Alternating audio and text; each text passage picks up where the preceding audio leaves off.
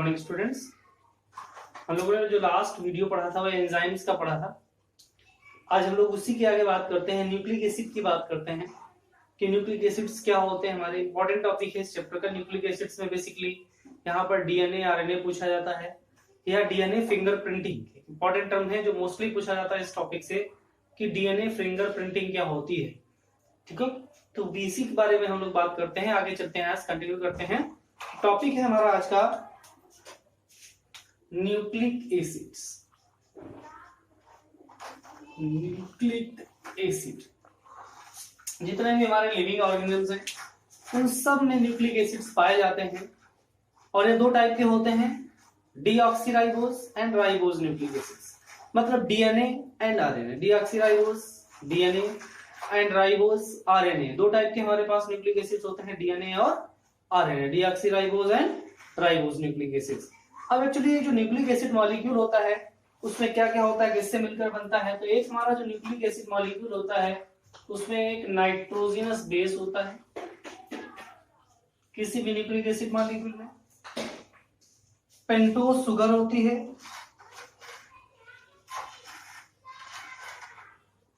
Pentose sugar होती है and phosphate group, और फॉस्फेट ग्रुप प्रेजेंट होते हैं और इनके बीच में फास्फोडाइएस्टर लिंकेज प्रेजेंट होते हैं। मींस हमारा ये नाइट्रोजनस बेस और पेंटोज शुगर जो जुड़ते हैं आपस में, ये फास्फोडाइएस्टर लिंकेज के थ्रू आपस में जुड़े होते हैं। फास्फोडाइएस्टर लिंकेज क्या है, इस तरह से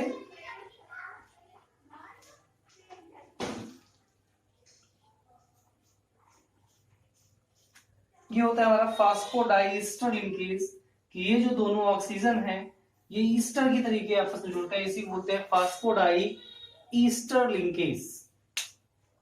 तो इस तरह से हमारा लिंकेज प्रेजेंट होता है किसके किसके, नाइट्रोजनस बेस, पेंटोज शुगर और जो फॉस्फेट ग्रुप यहाँ पर जुड़ा होता है इनके बीच में हमारा कौन सा ग्रुप लिंकेज होता है, फास्फोडाइएस्टर लिंकेज होता है। उसी के थ्रू ये आपस में जुड़े होते हैं, मींस न्यूक्लिक एसिड मॉलिक्यूल्स जो जुड़े होते हैं। अब एक्चुअली न्यूक्लिक एसिड जो मॉलिक्यूल होता है इसको जब ब्रेक करते हैं तो ये ब्रेक करता है न्यूक्लियोटाइड्स में, फिर न्यूक्लियोसाइड्स में, और देन आफ्टर ये सिंपल पार्ट्स में ब्रेक करता चला जाता है, नाइट्रोजनस बेस में ब्रेक कर जाता है।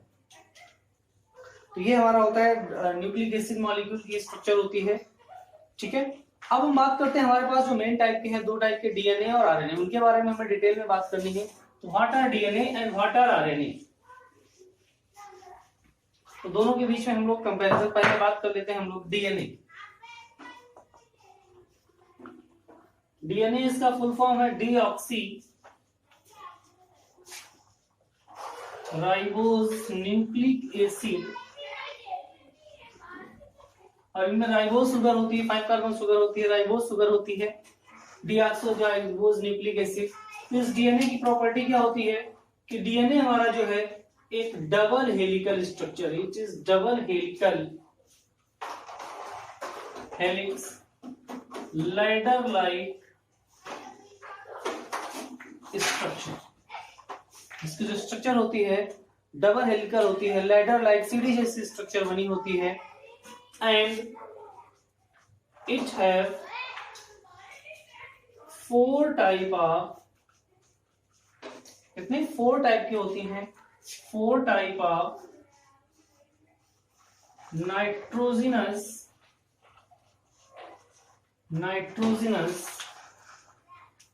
Base pair.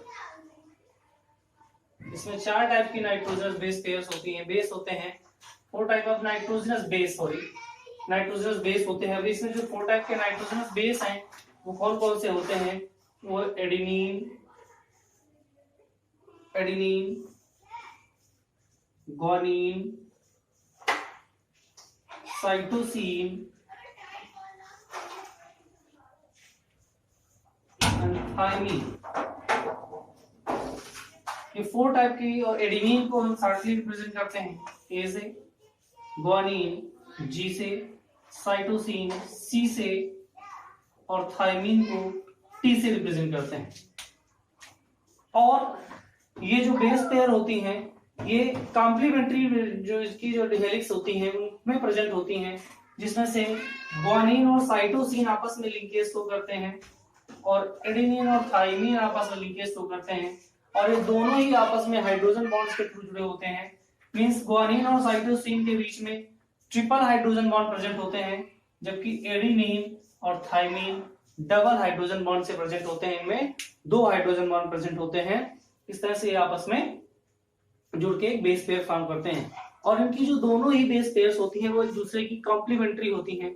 मींस एक दूसरे की कॉम्प्लीमेंट, एक 3 डिग्री इसको हम डिनोट करते हैं और एक को 5 डिग्री। इनकी जो पोलैरिटी पोलर एक्सिस होती है, तो एक को 3 डिग्री तो जस्ट अपोजिट वाला 5 डिग्री से जोड़ करता है। वही जस्ट अपोजिट में अगर एक जैसे सपोज दैट ये हमारी ऐसी लेटर्स जा रही थी तो ये 3 डिग्री स्ट्रक्चर है तो ये 5 डिग्री और ये 5 है तो ये 3 बनेगी और ये 5 बनेगी। मींस एक दूसरे की कॉम्प्लीमेंट्री स्ट्रक्चर्स हैं और इस तरह से ये आपस में अटैच होती हैं। ये हमारी डीएनए की स्ट्रक्चर होती है। तो डीएनए इस तरह से हमारा यहाँ पर जुड़ा होता है, बना हुआ होता है। अब अगर बात करते हैं तो ये कॉम्प्लीमेंट्री स्ट्रक्चर होती हैं और स्ट्रक्चर बना के हम लोग देख लेते हैं कि डीएनए की स्ट्रक्चर हमारी किस तरह से होती है, उसको भी देखते हैं।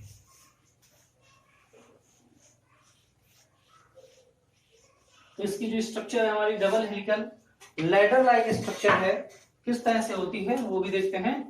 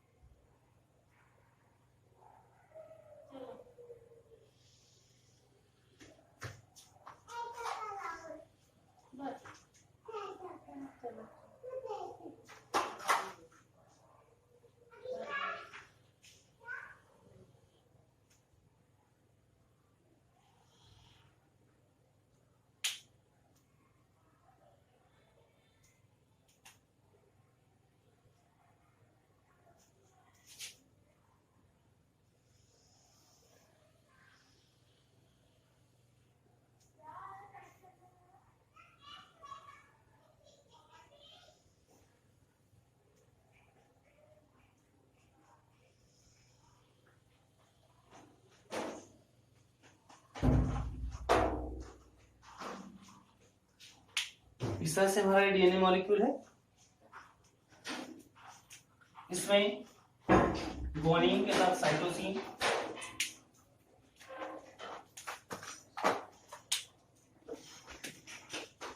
थाइमिन के साथ एडेनिन,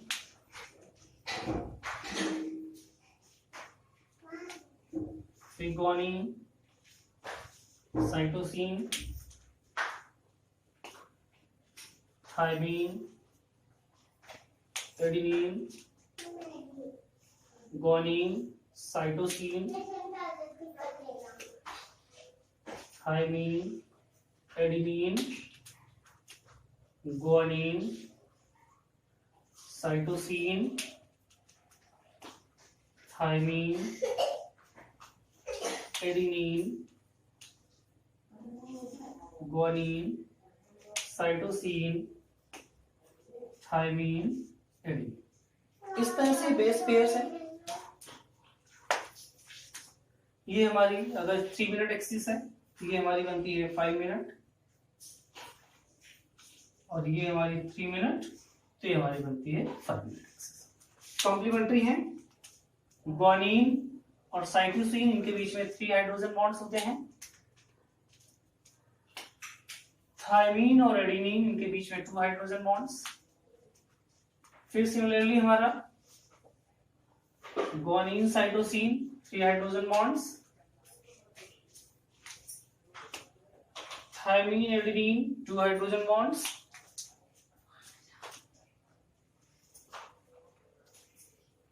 इस तरह से जो इनकी स्ट्रक्चर्स हैं वो एक दूसरे के साथ कॉम्प्लीमेंट्री स्ट्रक्चर्स में जुड़े होते हैं।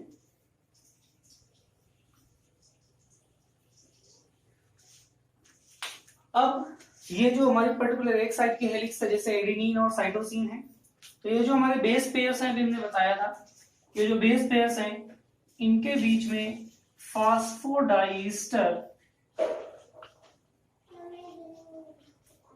इनके बीच में जो होते हैं वो फास्फोडाइस्टर बॉन्ड्स प्रेजेंट होते हैं। मिस पेंटोज शुगर इस तरह से पीएस करके इनको रिप्रेजेंट करते हैं।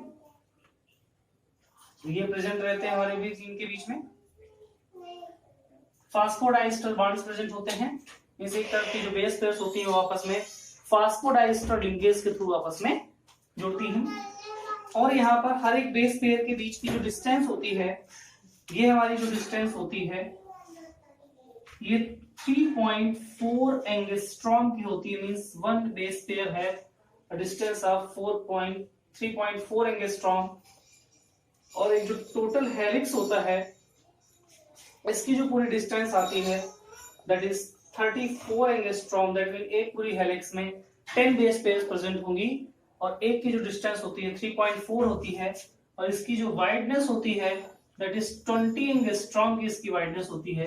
तो ये हमारा डीएनए का डबल हेलिक्स मॉडल है given by Watson and Crick.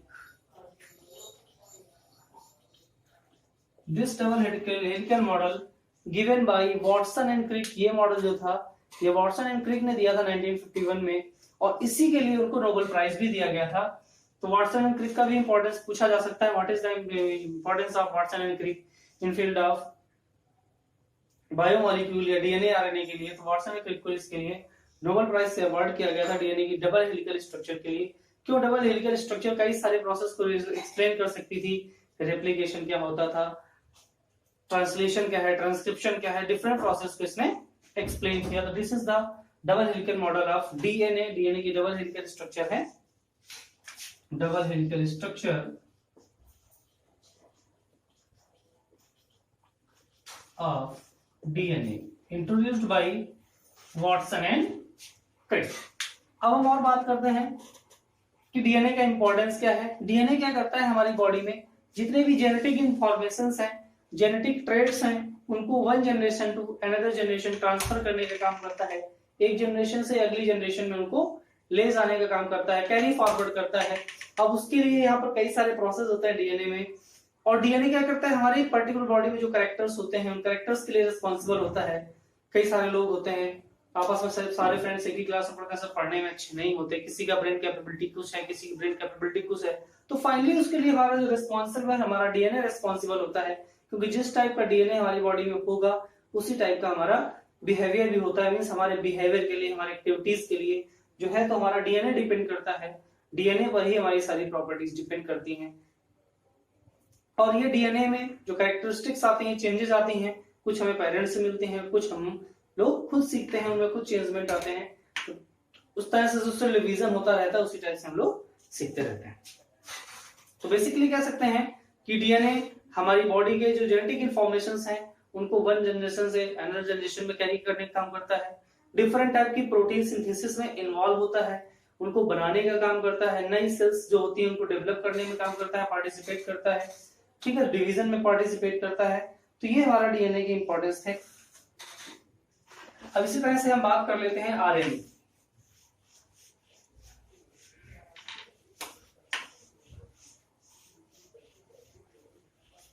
RNA के स्ट्रक्चर्स तो वॉल्डेयर ने इंट्रोड्यूस की थी। और आरएनए हमारा जो होता है ये सिंगल हेलिकल स्ट्रक्चर होता है। आरएनए फुल फॉर्म इसका है ribose nucleic acid, ribose nucleic acid and single strand structure होती है, single helix structure. Single helix coil जैसे कि ये है, ये सिंगल हेलिकल स्ट्रक्चर है। इसी में हमारे नाइट्रोजनस बेस प्रेजेंट होते हैं। इसमें 4 टाइप के नाइट्रोजन बेस इसमें भी है, एडेनिन, गुआनिन,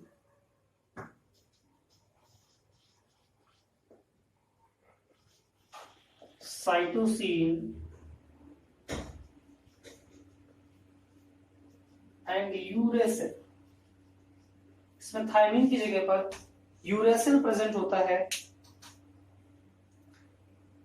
थायमिन की जगह पर यहाँ पर यूरेसिल प्रेजेंट होता है। तो ये 4 बेस पेयर्स होती है। वहां पर एडेनिन और थायमिन के बीच में डबल हाइड्रोजन बॉन्ड्स होते थे। यहाँ पर एडेनिन और यूरेसिल जो आपस में जुड़े होते हैं, गुआनिन और साइटोसिन आपस में जुड़े होते हैं। तो this is the base pair structure of ribosome और सॉरी आरएनए। एंड आरएनए हमारे जो होते हैं 3 टाइप के होते हैं। एक होता है मैसेंजर आरएनए, जिसको हम लिखते हैं एमआरएनए। फिर होता है राइबोसोमल आरएनए, आरआरएनए। और एक तीसरा हमारा होता है ट्रांसफर आरएनए, इसको हम लोग टीआरएनए भी कहते हैं। Messenger RNA, ribosomal RNA, transfer RNA. Messenger RNA का काम क्या होता है? मैसेंजर जैसा काम ही है उसका। मैसेंजर मींस किस टाइप की प्रोटीन का सिंथेसिस होना है, क्या उसके लिए रॉ मटेरियल है, उसको कलेक्ट करने का जो सेल्स के अंदर मैसेज है या one cell to another cell जो मैसेज है हमारा सेल के अंदर, वो हमारा फॉरवर्ड करने का काम करता है। मैसेंजर आरएनए वो काम करता है मींस हमारी बॉडी में किस टाइप की प्रोटीन की सिंथेसिस होनी है, किस टाइप की प्रोटीन बननी है, उसके लिए रिस्पांसिबल होता है मैसेंजर आरएनए। वो मैसेज को एक जगह से दूसरी जगह ट्रांसफर करने का काम करता है। राइबोसोमल आरएनए का काम होता है राइबोसोम के अंदर प्रोटीन सिंथेसिस के लिए जो हमारे लिए रॉ मटेरियल है उसको कलेक्ट करना, उसको सिंथेसाइज करना, वो हमारा काम है। राइबोसोमल आरएनए, राइबोसोमल का मतलब राइबोसोम में ही प्रेजेंट होते हैं। राइबोसोम्स हमारे सेल ऑर्गेनेल्स होते हैं, सेल के अंदर की यूनिट होते हैं। ट्रांसफर आरएनए का काम होता है एक प्रोटीन को दूसरी जगह से ट्रांसफर या एक पार्ट को दूसरी जगह पर ज्वाइन करने का काम करना, डिफरेंट टाइप के एंजाइम्स के थ्रू ज्वाइन करना होता है। तो ये हमारे ट्रांसफर आरएनए थ्री टाइप्स के हैं।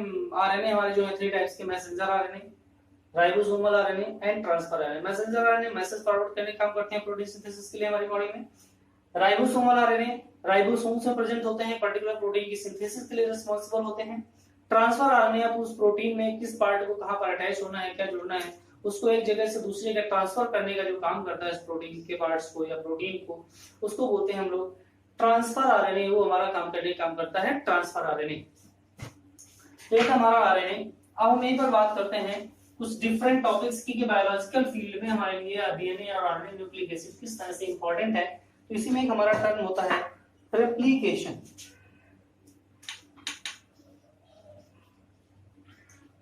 रेप्लिकेट कर जाना, एक से दूसरा हो जाना, डुप्लीकेट तैयार हो जाना। तो मींस क्या होता है, एक डीएनए फ्रेगमेंट से सेम डीएनए कॉपी तैयार होना ही उस प्रोसेस को बोलते हैं replication. Means the process by which a DNA fragment create its own copy. वो जैसे फोटोकॉपी करते हैं, एक कॉपी से दूसरी कॉपी सेम वैसे ही तैयार हो जाती है, इसी को हम बोलते हैं रेप्लिकेशन।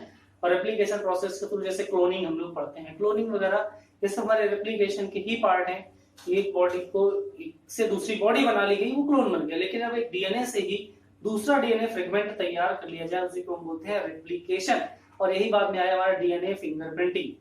तो एक डीएनए से दूसरी तरीके का ही डीएनए बिल्कुल तैयार कर लेना, उसी को बोलते हैं डीएनए फिंगरप्रिंटिंग। तो डीएनए फिंगरप्रिंटिंग एक्चुअली क्या है, अब जैसे कहीं पर कोई भी केस होते हैं, क्रिमिनल केसेस होते हैं या हॉस्पिटल में प्रॉब्लम्स होती हैं, बेबी एक्सचेंज हो जाते हैं, तो अगर उनको हमें आइडेंटिफाई करना है तो उनके लिए हमारा एक तरीका यही होता है कि हम क्या करें, उसका डीएनए फिंगरप्रिंटिंग उसकी तैयार करें, डीएनए फिंगरप्रिंट लें। दैट मीन वहां पर जो भी हमें डीएनए के पार्ट्स मिलते हैं, उन डीएनए पार्ट्स को हम लोग रेप्लिकेट करते हैं, रेप्लिकेट करके फाइंड आउट करते हैं कि किस तरह का डीएनए था, उसके क्या कैरेक्टर्स थे, उस अकॉर्डिंग हम उसका जो पर्टिकुलर ऑनर होता है या जो जिससे वो पर्टिकुलर थिंग बिलोंग करती है, वो हम लोग फाइंड आउट कर लेते हैं। तो क्रिमिनल केसेस को सॉल्व करने, हॉस्पिटल के केसेस को सॉल्व करने में हमारा रेप्लिकेशन प्रोसेस का यूज करते हैं, जिससे हमारा डीएनए फ्रैगमेंट फिंगरप्रिंट्स तैयार हो जाते हैं, एक डीएनए की कॉपी बिल्कुल तैयार हो जाती है, उसी को बोलते हैं रेप्लिकेशन। क्या बोलते हैं?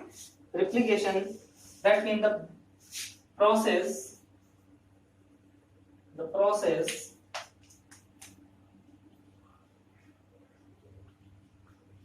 by which we prepare, we form an exact copy of a DNA fragment, DNA or its fragment called replication. Replication हमारा प्रोसेस है जिसके थ्रू हमारे डीएनए की जो इंफॉर्मेशन नेक्स्ट जनरेशन में ट्रांसफर हो जाती हैं। पेरेंट्स से जो कैरेक्टर्स उसके चाइल्ड में आते हैं, सन में आते हैं, तो वो एक रेप्लिकेशन प्रोसेस के थ्रू ही कुछ सेम कैरेक्टर्स होते हैं जो सन में देखने को मिलते हैं। That is due to the replication process, वो रेप्लिकेशन के थ्रू में देखने को मिलते हैं। अब इस रेप्लिकेशन में दो पार्ट होते हैं, एक होता है ट्रांसक्रिप्शन, एक होता है ट्रांसलेशन। तो ट्रांसक्रिप्शन क्या होता है कि डीएनए सीक्वेंस को सेम ट्रांसक्रिप्शन में सेम वैसे ही कॉपी कर लेते हैं, और ट्रांसक्रिप्शन। और ट्रांसलेशन उसमें थोड़ा सा कुछ हम चेंज करके दूसरी उसमें तरीके हम कॉपी करते हैं, उसको बोलते हैं ट्रांसलेशन।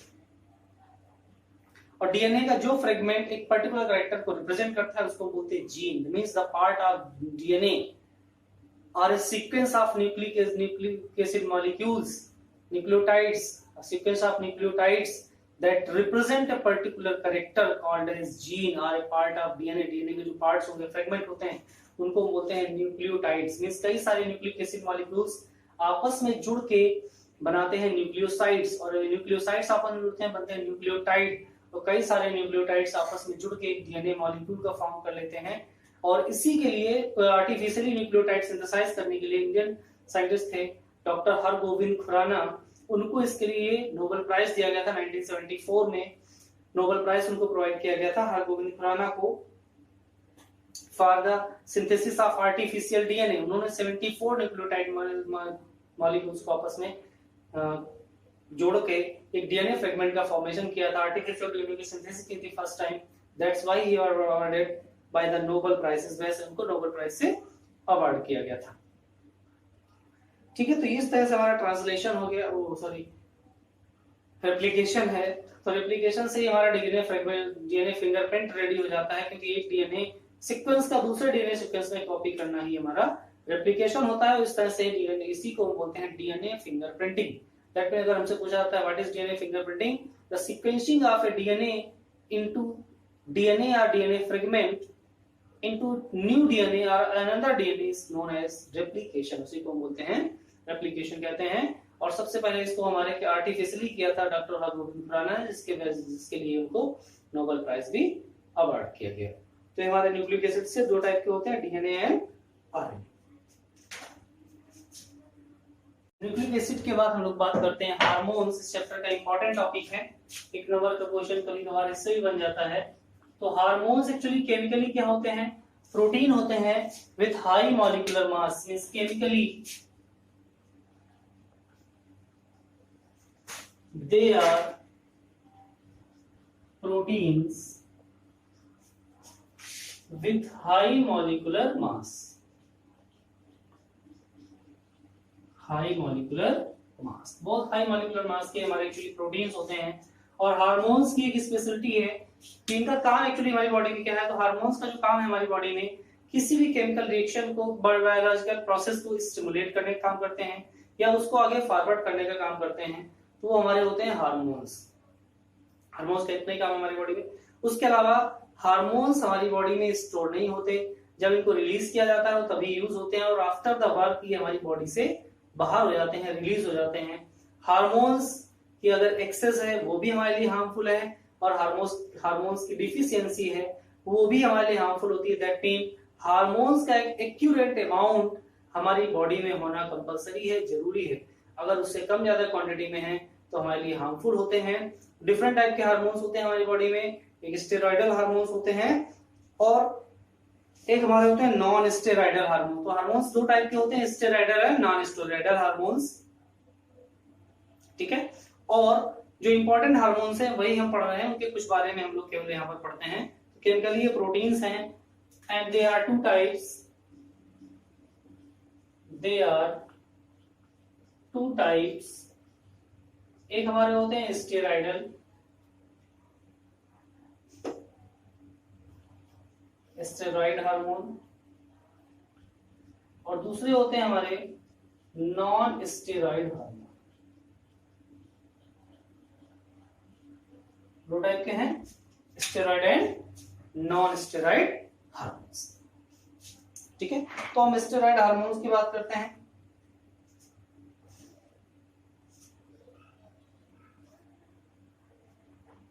तो स्टेरॉइड हार्मोन्स जो हमारे होते हैं ये दो टाइप के होते हैं हमारे। इनको टू कैटेगरीज में, एक है हमारे सेक्स हार्मोन्स और एक होते हैं adrenocortical hormones. Adrenocortical hormones. Steroidal that mean हमारी बॉडी में एकदम से स्टेमिना को बढ़ाने का काम करते हैं। स्टेरॉइडल जितने भी स्टेरॉइड टैबलेट्स होती हैं मीन्स हमारी बॉडी की जो मेंटल एक्टिविटीज है उनको इफेक्ट करने का काम करते हैं। बेसिकली अगर हम कॉमन लैंग्वेज में बात करें तो वो हमारे हार्मोन्स होते हैं, स्टेरॉइडल हार्मोन्स होते हैं। ठीक है, ये बायोलॉजिकली एक्टिव कंपाउंड्स होते हैं ठीक है, तो उनको बोलते हैं स्टेरॉयडल हार्मोन्स। तो ये हमारे इनमें हमारे सेक्स हार्मोन्स हैं एड्रीनल कार्टिकल हार्मोन, एड्रीनो कार्टिकल हार्मोन। तो एड्रीनो कार्टिकल हमारे एड्रीनल ग्लैंड्स में ही बेसिकली होते हैं। जैसे एड्रीनलिन हार्मोन जो हमारा होता है वो हमारी बॉडी के लिए इमरजेंसी हार्मोन भी उसको कहा जाता है, क्योंकि वो हमारी बॉडी के ब्लड प्रेशर को, हमारे बॉडी के होम्योस्टेसिस सिस्टम को, मींस होम्योस्टेसिस सिस्टम मींस किसी भी बायोलॉजिकल एक्टिविटीज के लिए हमारी बॉडी को तैयार करना, किसी भी कंडीशंस को फेस करने के लिए हमारी बॉडी को प्रिपेयर करना, वो हमारा काम होता है। एड्रीनलिन हार्मोन का जो एड्रीनल ग्लैंड से रिलीज होता है, और एड्रीनल ग्लैंड जो हमारी होती है वो हमारी किडनीज के अपर लोब की तरफ, ऊपर की तरफ प्रेजेंट होती है, कैप की तरीके स्ट्रक्चर्स होती हैं, उसी में हमारी एड्रीनल ग्लैंड प्रेजेंट होती है, और उसी से हमारा एड्रीनलिन हार्मोन रिलीज होता है, और इसको इमरजेंसी हार्मोन कहते हैं। अचानक से कहीं हम किसी को कोई डरावनी चीज देख लेते हैं, चिल्लाते हैं या भगते हैं तुरंत, तो तुरंत डिसीजन होता है, उसके लिए हमारा एड्रीनलिन हार्मोन रिस्पांसिबल होता है। एड्रीनलिन एड्रीनल ग्लैंड से निकलता है, तो इसी वजह से उसको एड्रीनलिन बोल देते हैं। उससे रिलीज होता है, हमारी हार्ट बीट को कंट्रोल करने लगता है, किसी भी चीज को, किसी भी कंडीशंस के लिए हमारी बॉडी को, फिर किसी को देख के हमें अचानक से ऐसा लगता है इसको कहीं देखा है, कुछ है, तो वो हमारी मेमोरी के लिए भी उस टाइम पे वो करता है। तो हमारे बेसिकली क्या होता है, हमारा एड्रीनलिन हार्मोन उसके लिए रिस्पांसिबल होता है।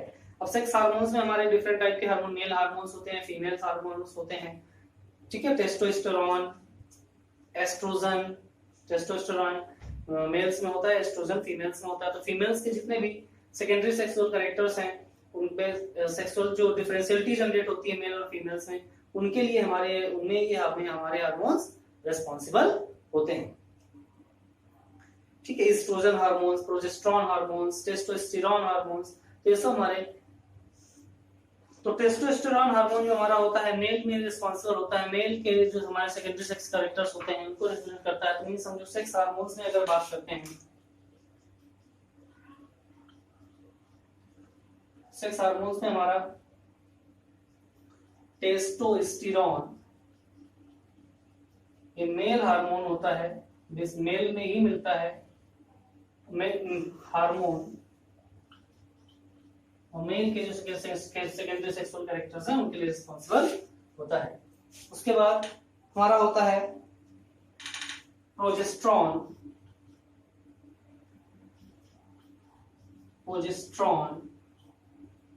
ईस्ट्रोजन, तो हमारे फीमेल हार्मोन्स होते हैं, दोनों ही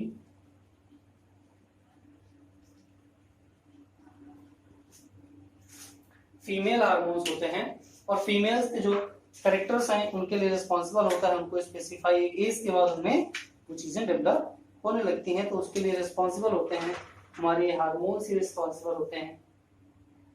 अब उसके बाद हम बात करते हैं एड्रीनोकॉर्टिकल हार्मोन्स।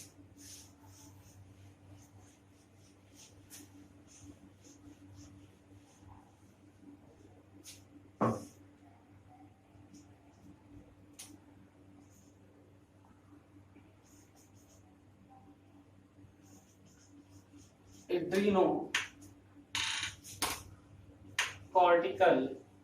हार्मोन, तो एड्रीनोकॉर्टिकल हमारा जो हार्मोन है ये एड्रीनल ग्लैंड से बेसिकली रिलीज होता है। प्रोटीन और पेप्टाइड हार्मोन्स होते हैं, ये हमारी बॉडी के शुगर लेवल को, ऑक्सीजन लेवल को ब्लड में, इन सारी चीजों के लिए मेंटेन करने के लिए जरूरी होते हैं। जैसे कि हमने बताया इमरजेंसी हार्मोन किसको कहते हैं, इमरजेंसी हार्मोन हमारा जो होता है वो होता है एड्रीनलिन, रिलीज होता है एड्रीनल ग्लैंड से। जो एड्रीनल ग्लैंड हमारी किडनी के पास होती है, इस तरह से हमारी किडनी होती है, इस किडनी के ऊपर इस तरह से ये हमारी जो होती है, ये हमारी एड्रीनल ग्लैंड यहाँ पर प्रेजेंट होती है इस लोब में ऊपर, इस तरह से हमारी किडनी होती है। तो किडनी के पास ही हमारी प्रेजेंट होती है एड्रीनल ग्लैंड प्रेजेंट होती है। एड्रीनल ग्लैंड हमारी इमरजेंसी हार्मोन रिलीज करती है, एड्रीनलिन रिलीज करती है, ठीक है। अब उसके बाद हम बात करते हैं नॉन स्टेरॉयडल हार्मोन्स। तो नॉन स्टेरॉयडल में जैसे हमारे आते हैं ऑक्सीटोसिन है, रिलैक्सिन है, नॉन स्टेरॉयडल हार्मोन। तो नॉन स्टेरॉयडल हार्मोन में हमारा जैसे कि ऑक्सीटोसिन। तो ऑक्सीटोसिन हार्मोन ये रिस्पॉन्सिबल होता है मिल्क ग्लैंड्स के लिए। ये मिल्क ग्लैंड्स में मिल्क के सिक्रेशन को रिस्पॉन्सिबल करता है एनिमल्स में। मेल्स फीमेल्स में बेसिकली होता है, इसका रिलीजिंग होती है फीमेल्स में। ये मिल्क ग्लैंड्स में मिल्क के रिलीजन के लिए रिस्पॉन्सिबल होता है, मिल्क को कंट्रोल करता है। And during the baby birth uterine wall को कंट्रोल करने का काम करता है। इसी तरह से हमारा हार्मोन होता है रिलैक्सिन हार्मोन, इसका रिलीजिंग होता है बेबी बर्थ के टाइम पे, during baby birth, responsible for baby birth, for baby birth. ये रिलैक्सेशन का काम करता है, मींस हमारी मसल्स को एक्टिव करने का काम करता है, उनकी स्ट्रेचिंग को बढ़ाने का काम करता है। इस तरह से लैक्टोजेनिक हार्मोन है हमारा, लैक्टोजेनिक हार्मोन, इसका काम है synthesis of lactose sugar, lactose sugar in milk. Milk में लैक्टोज शुगर के सेक्रेशन को इंक्रीज करता है, बढ़ाता है। तो जिसकी वजह से मिल्क में हमारा स्वीटनेस जो होती है वो हमारा लैक्टोजन हार्मोन, लैक्टोजेनिक हार्मोन्स की वजह से रिलीज होती है। अब इसी तरह से हमारा एक और इंपॉर्टेंट हार्मोन है जिसको हम लोग कहते हैं ग्रोथ हार्मोन भी कहते हैं।